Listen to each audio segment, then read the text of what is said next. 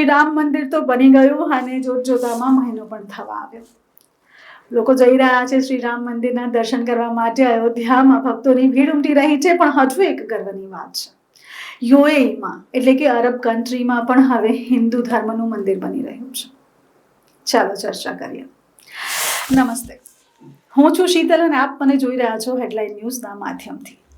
શું તમને ખબર છે કે આબુધાબીમાં હવે હિન્દુ મંદિર બની રહ્યું છે? શું છે મંદિર અને તેની શું છે ડિટેલ્સ જરા નજર કરીએ. 27 એકરમાં ફેલાયેલું આબુધાબીનું આ પહેલું મંદિર છે. મંદિરની લંબાઈની વાત કરીએ તો 262 ફૂટ લંબાઈ છે. પહોળાઈની વાત કરીએ તો 180 ફૂટ તેની પહોળાઈ છે.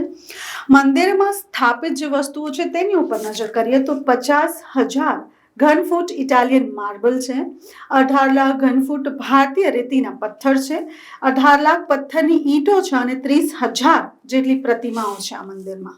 યુએઈમાં પહેલું આ ભારતીય હિન્દુ ધર્મનું મંદિર બની રહ્યું છે. ખૂબ જ ગર્વની વાત છે. વર્ષ 2019માં મહંત સ્વામી મહારાજ અને પીએમ મોદીએ મંદિરનો શિલાન્યાસ કર્યો હતો અને આજે 5 વર્ષ પછી એટલે કે 14 ફેબ્રુઆરીના રોજ પીએમ મોદી અને મહંત સ્વામી દ્વારા આ મંદિરનું ઉદ્ઘાટન કરવામાં આવી રહ્યું છે. મોદીજી ગઈકાલે યુએઈ પહોંચ્યા. જ્યારે તેઓ યુએઈ પહોંચ્યા ત્યારે લોકોની ભીડ ઉમટી પડી તેઓને જોવા માટે અને તેની સાથે જ ગાર્ડ ઓફ ઓનરથી તેમનું સન્માન કરવામાં આવ્યું. અને એટલું જ નહીં, રાષ્ટ્રપતિ મોહમ્મદ બિન ઝાયદ અલ નહદાએ તેઓને ગળે પણ લગાવ્યા અને ભારત અને યુએઈની દોસ્તીના કિસ્સાઓ કેટલા મજબૂત થઈ શકે છે તેના વિશે પણ ચર્ચા કરી.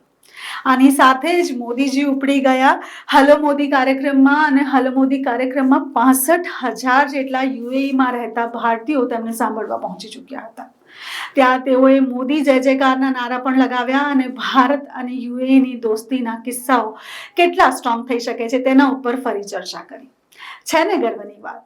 મોદીજી હોય તો કંઈ પણ શક્ય છે એવું લોકો કહી રહ્યા છે. દરેકને અત્યારે ભાજપ અને નરેન્દ્ર મોદી બંને પર ગર્વ થઈ રહ્યો છે. કારણ કે અરબ કન્ટ્રીમાં આવું પહેલું એક ભારતીય મંદિર બની રહ્યું છે અને આ મંદિર 5 વર્ષની મહેનત બાદ બની રહ્યું છે. મહંત સ્વામીએ સપનું જોયું હતું કે એક મંદિર યુએઈમાં પણ હોઈ શકે અને એ સપનું પૂરું કરવામાં મોદીજીએ તેમને પૂરેપૂરો સાથ સહકાર આપ્યો. એટલા માટે જ હવે આ મંદિર આજે લોકો માટે ખુલ્લું મૂકવામાં આવશે અને આવતીકાલથી યુએઈમાં પણ ભારતની જય જયકાર થશે.